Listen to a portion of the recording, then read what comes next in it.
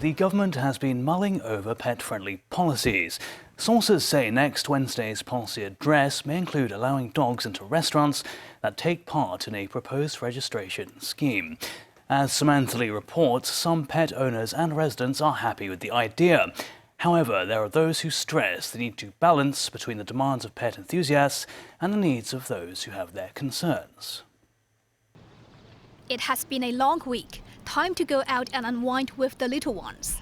However, dogs are barred from going into any food premises under the food business regulation. Mrs. Ao Yuan, a dog mom, said she has limited choices on dining places, as she could only eat with her pets outside of the restaurants, which feel quite hot during the summer.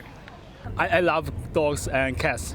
If they are going to the restaurant, I very welcome them. There's many people that bring their pets. If their pets are not allowed into the restaurant, I think maybe their owners are not want to go to any restaurant here. Most of the dog owner, they will do the vaccination. Yeah, but to control dogs, I think it's a little bit hard, but it's the responsibility of the dog owner. Yeah, but they behave. Everyone behave, then will be more easier to live together. It is understood that Chief Executive Johnny may announce a relaxation on pets entering eateries in next Wednesday's policy address, with further details to be rolled out after consultations.